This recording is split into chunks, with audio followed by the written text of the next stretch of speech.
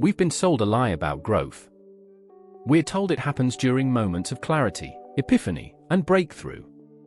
We imagine it occurring in mountaintop revelations, peaceful meditation retreats, or inspirational seminars where everything suddenly clicks into place. We fantasize about transformation happening easily, naturally, like a flower blooming in time-lapse, beautiful, effortless, inevitable. But that's not where growth happens. Growth happens in the struggle.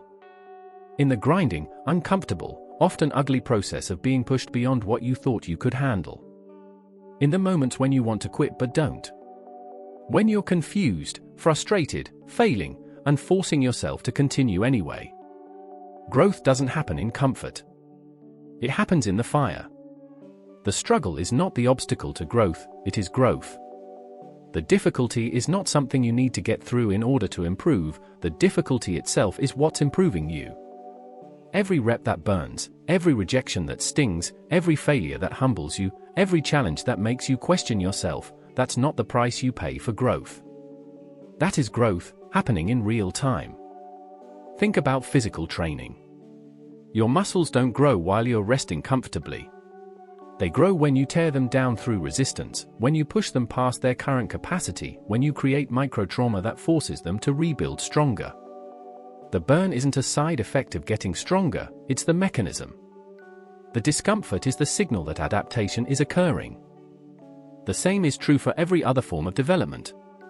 Your character doesn't strengthen when life is easy. It strengthens when you're tested, when you're forced to make hard choices, when maintaining your values costs you something. Your skills don't improve during casual practice. They improve when you're working at the edge of your ability, making mistakes, correcting, failing, and trying again. Your wisdom doesn't come from success. It comes from the painful lessons embedded in failure. Yet we resist this truth.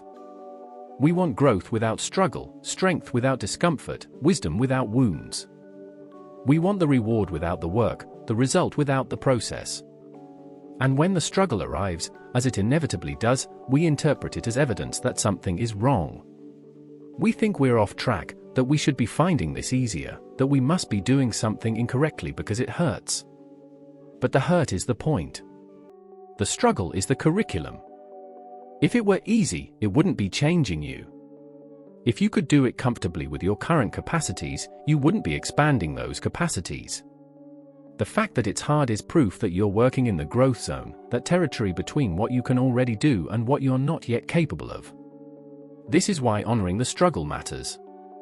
Not enduring it grudgingly, not just tolerating it until it passes, but actually honoring it, recognizing it as valuable, even sacred. The struggle is the evidence that you're not settling, not stagnating, not coasting through life on autopilot.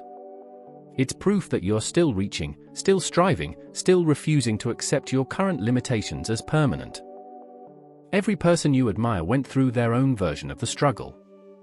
The artist you respect failed countless times before creating the work you celebrate. The entrepreneur you study endured rejection, failure, and near collapse before breaking through. The athlete you watch made thousands of mistakes, suffered injuries, and questioned themselves repeatedly. The difference between them and people who never achieved anything remarkable isn't that they avoided struggle, it's that they stayed in it long enough for it to transform them. The struggle is also the filter. It's what separates people who want something from people who will actually do what it takes to get it. Everyone wants to be fit, successful, skilled, respected. But when the struggle arrives, the early mornings, the unglamorous work, the repeated failures, the slow progress, most people tap out. They decide it's not worth it, that maybe they didn't want it that badly after all, that perhaps they're just not cut out for it. But the people who honor the struggle understand something crucial: this difficulty is not punishment. It's not evidence of inadequacy. It's not a sign you should quit. It's the mechanism of transformation. It's your life asking you, how badly do you want this? Are you willing to become the person who can have this? Will you let this forge you or break you? And here's the paradox: once you truly honor the struggle, it becomes easier to bear. Not because the difficulty decreases, but because your relationship to it changes. You stop resisting it. You stop wishing it were different. You stop asking, why is this so hard, and start recognizing this is hard because I'm growing. The struggle stops being an enemy to defeat and becomes a partner in your development.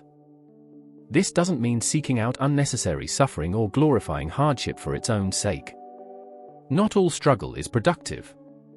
Some are just trauma, or poor planning, or toxic environments that grind you down without building you up.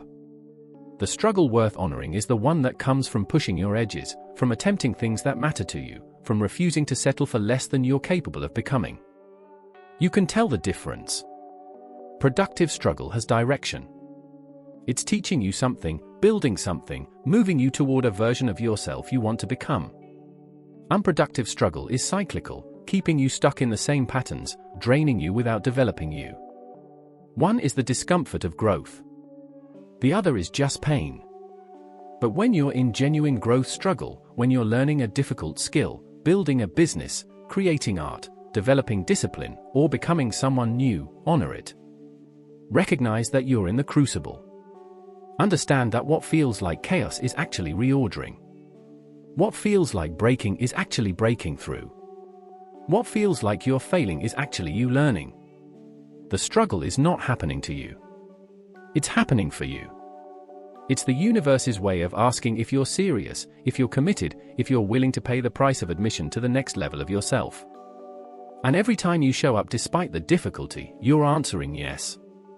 You're saying you're willing to be forged. So stop waiting for growth to feel good. Stop expecting transformation to be comfortable. Stop believing that if you were on the right path, it would be easier. The right path is almost always harder than the wrong one because the right path demands that you become more than you currently are.